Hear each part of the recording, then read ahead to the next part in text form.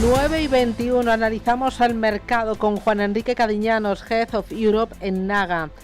Juan Enrique, ¿qué tal? Buenos días. ¿Qué tal, Susana? Muy buenos días.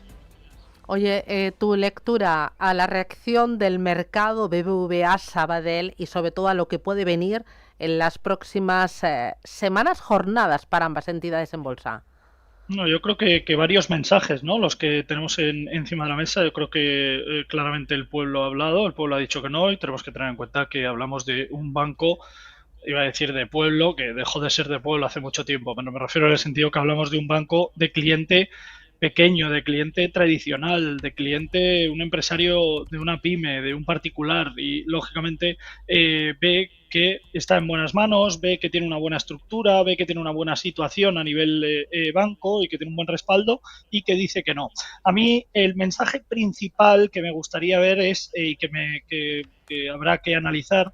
Tened en cuenta que BBVA por activa y por pasiva ha dicho que ellos consideraban que en sus filas y sobre todo que en los números y en los análisis que hacían, que iban a ganar, que iban a estar cerca, en este caso, y superando, también hablaban del 50%, obviamente mensaje como reclamo comercial para el resto de accionistas, pero del 50 a un 25% es una barbaridad de diferencia, y lógicamente el fracaso es importante por parte de un BBVA que va a sufrir a corto plazo, al igual que en el caso de Santander por la parte de la participación, y que lógicamente lo vemos y lo vamos a ver en cotizaciones, sobre todo en el corto plazo.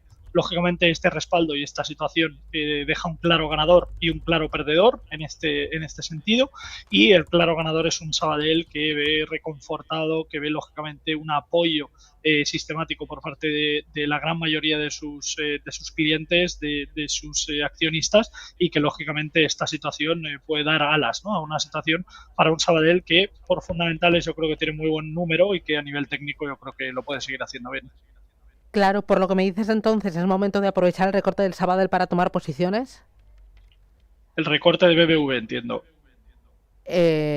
No, es el que está recortando es Sabadell y el que está subiendo es BBVA. Eso es. Entonces, claro, al final lo que vamos a buscar con esto es qué impulso puede tener, ¿no? Y qué diferencia puede tener, sobre todo a medio plazo. Tener en cuenta que el desgaste que esto supondría, me refiero al hecho de que hubiera ocurrido, ¿no?, esta situación de OPA, que hubiera ocurrido para BBV, hubiera sido un desembolso importante. Ahora BBV tiene liquidez. Entonces, la situación que tenemos con esto es encontrar cuál es el punto de partida que puede tener una BBV que lógicamente debería seguir subiendo posiciones, debería seguir retomando por ese exceso de liquidez. Veremos a ver si ahora BBV decide premiar a sus accionistas con ese dividendo que había prometido el caso de Sabadell, que obviamente consideramos que no va a ser el caso, pero también habrá que ver, habrá que dar una vuelta a ver si BBV encuentra otro candidato para ser opado, otra empresa como el caso de Sabadell para la compra, porque lógicamente liquidez tiene, y esto es lo fuerte que tiene BBV, porque demuestra que puede opar a una compañía como Sabadell, y es por esto que sigue teniendo buenos números.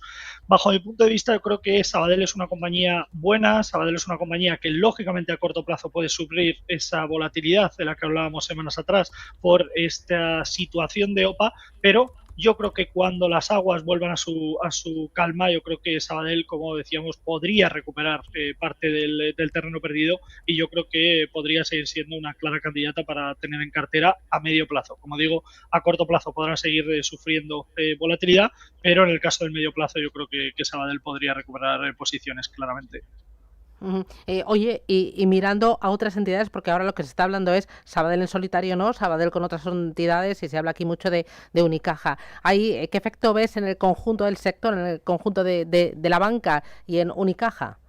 Bueno, al final lo que vemos es, como decía, un poco ese bypass, sobre todo esa marea, ¿no? Esa tormenta que puede, lógicamente, impactar a compañías secundarias. Era el caso de Santander, como hemos comentado anteriormente, por esa parte de participación, con caídas en el entorno del 4%. Volvemos otra vez a lo mismo. Yo creo que una entidad que también debería recuperar el terreno, en ese sentido, parte, ¿no?, de ese terreno perdido, pero yo creo que hay compañías dentro del sector bancario, el caso de Unicaja, el caso de Bankinter, que yo creo que podrían verse en este sentido beneficiadas de esta situación, y se habla mucho, se especula sobre la posibilidad de que BBVA pueda tener otra candidata como para buscar una OPA.